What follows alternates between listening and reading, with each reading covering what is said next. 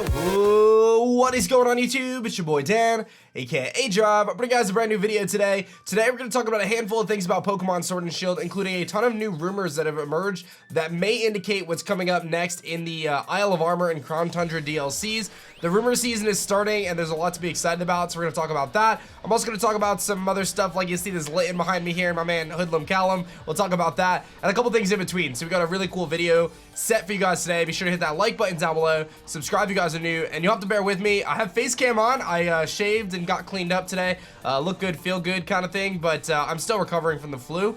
I have to really limit my voice and I have to kind of take it a little easy. Yesterday was brutal. I felt a lot better today though, so hopefully by tomorrow I'll be back to you know, full function at least, or at least darn close. So you may have seen in max raid battles Pokemon like Decidueye and Litten and Reshiram and all sorts of Pokemon are popping up all over the place. They're being traded, and honestly, I'm gonna say Nintendo kind of dropped the ball, man. Their hack checks have been really bad, and these Pokemon are allowed online right now. They should not be allowed in the game at this point. Pokemon Home is not out, and yet their hack checks are failing all over the place. My warning to you guys is, you know, if you see these kind of things, you know, don't use them. Don't go online. Like, you know, Callum's my buddy, so no hate. Like, it's all good. I just happened to see this on my timeline. He obviously decided that he's just gonna hatch for a shiny Litten. You guys do whatever you want, but my recommendation at this point is if you get, you know, one of these Pokemon, don't go online with it. Like, don't go online, even if it passes the hack checks. It just is kind of a risky situation. Like, to me, it's not worth getting, you know, anything banned. Not saying you will get banned or there are going to be any repercussions, but I don't think it's worth it. So those are my thoughts. Just be diligent about it. Again, do whatever you want. It's ultimately you, but just be mindful that these things exist in the game right now. There's a lot of Pokemon that are hacked in, and they are not allowed right now. They are not allowed. So Incineroar, Decidueye, you know, Marshadow, things like that. They should not be in the game at this point. So again, do as you please.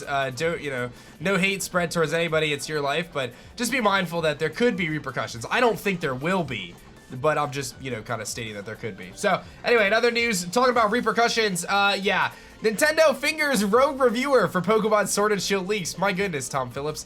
So this is an article, basically, for those who don't know, when Sword and Shield was coming out, there was a handful of different leaks that came out, and they actually found the dude who did it. It was for a Portuguese website called F Nintendo, and man, they have severed all ties with them, and they are hopefully setting an example out of this. So to all the leakers out there, yeah, don't like leak images of the guidebook. So here's the thing, like, when it comes to reporting, unless it's like government protected information, it's usually not a big deal unless you sign a non-disclosure agreement. So if you're out here signing an NDA, hey, I'm getting the game early, I'm not gonna share it, and then you share it, then you broke a legal agreement. But you know, if someone like me sees an image on the internet like 4chan and I post it, I'm not the source, I'm just reporting on it. I'm acting as a news source, and generally that's pretty safe to do. Now, Nintendo cracked down on content creators as well, but I think in a legal situation, it would be a pretty interesting kind of battle because, again, you know, it's usually, if you don't have any sort of non-disclosure agreements, then generally you're pretty good there. So,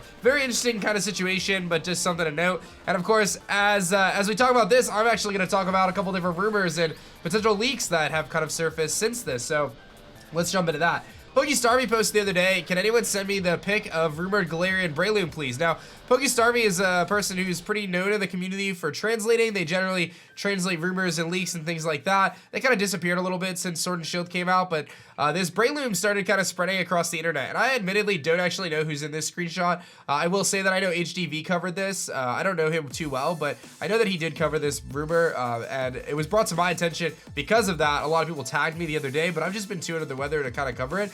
But Breloom is an interesting candidate for a Galarian form. It's something that I would not write out. Now, whether this image is real or not, I don't know. I don't, you know, read the language or anything like that, but it's certainly interesting, and I think we are going to start to see some potential rumors and maybe even some leaks slip through the cracks over the next coming months as we get closer to June and the release of the Isle of Armor. But Breloom, a Hoenn Pokemon that has a lot of cool things going for it, including Spore, a pretty unique typing and fighting in Grass, which I guess is shared by Chestnut, but still pretty neat nevertheless. And obviously some cool abilities like Technician.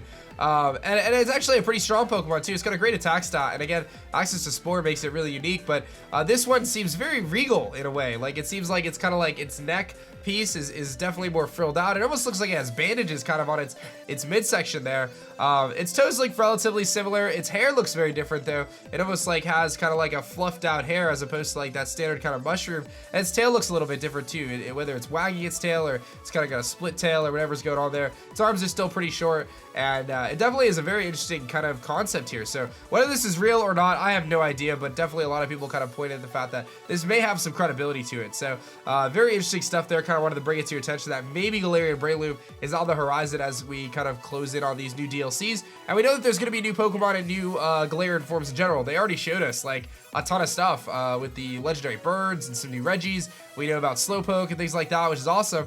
It leads me to believe that there's going to be even more than that, because think of how little information they showed us going into Pokemon Sword and Shield.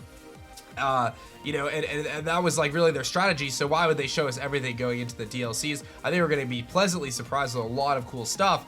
And that brings us to the next thing here. One of the characters from the Isle of Armor in Pokemon Sword is Clara. Clara is the rival in the DLC, and she has a very unique headband going on there, a little bow tie, and a lot of people immediately kind of associated that with Dustox, of course, and she is supposed to be the poison type kind of trainer or rival or whatever, you know, maybe minor league gym leader or whatever it may be. And the other dude is the psychic guy, so he's got the Slowpoke, and she may have some tie there too, because there's some thoughts that maybe Slowpoke and Marini kind of get together, and then that's how you get Slowking.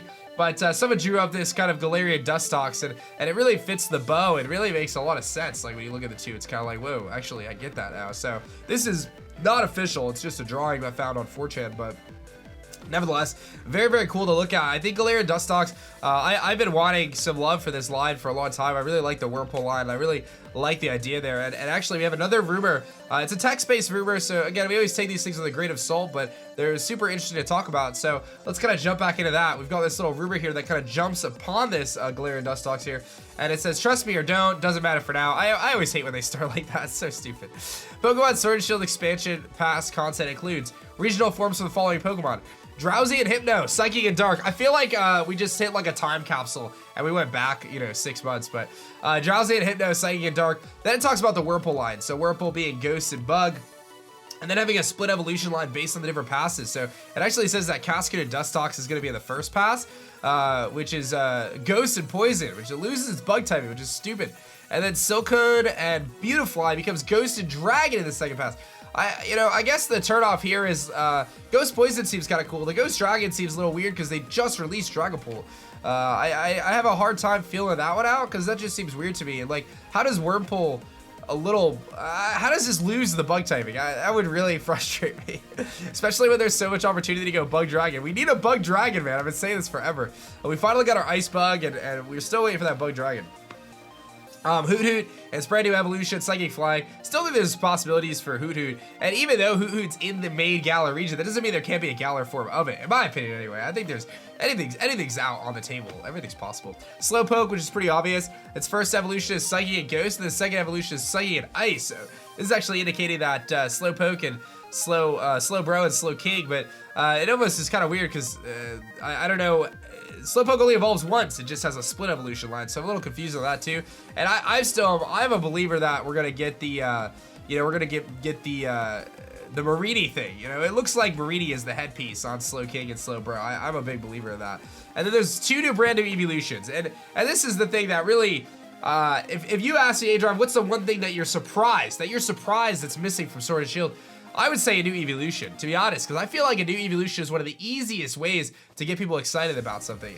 Like, so easy to make a new evolution, in my opinion, anyway. It was weird that there was no evolutions in Sword and Shield, and it makes so much sense that there would be one in the DLCs. I really believe that there's a super good chance for Eevee to get some sort of evolution in the DLCs. Because again, it's weird to me that they skipped it altogether. I was just really surprised about that. And then it talks about that there's legendary forms too. I don't have the full list, so I can't tell you exactly the moment, but Melmetal and Toxtricity Gigantamax forms will be officially revealed soon. Now this post was actually made before Toxtricity's Gigantamax form was officially revealed, so it did get that right, but it's not super surprising. Like, we really have a good reason to believe that Melmetal is coming out with the Pokemon Home launch, which could be any day now. I'm expecting in the next 2 weeks. And then Toxtricity we knew was going to happen eventually, but I didn't necessarily think it was going to be as soon as it was, which was a few days ago. So very interesting stuff here. Now, I'm not necessarily jumping on board and saying that this whole thing is real by any stretch of the imagination, but it certainly, you know, kind of proposes some interesting thoughts and some interesting questions, especially when it comes to the new Eeveelutions there. And that's really the big takeaway here, is I do think that there's a really good chance of some new Eeveelutions, and I'm really excited about this potential Galarian Dustox, because I'm a big fan of bug Pokemon. You guys all know that. That's no secret here, and I love seeing some light shed onto some of these bug Pokemon, and Dustox and Beautifly are very mediocre Pokemon, but with the right ability and maybe some stat shifting and a good typing, they can actually become really cool threats, and I can see a lot of utility uses out of Dustox. And there's a Pokemon, or not a Pokemon, but a creature called a peppered moth, if I'm not mistaken, that was part of the Industrial Revolution kind of in the UK, if I'm not mistaken. Again, I haven't done a ton of research on this, but this is a topic we had talked about months and months ago, that changes its colors based on the surroundings. I think it's called a pepper moth, but I could be wrong.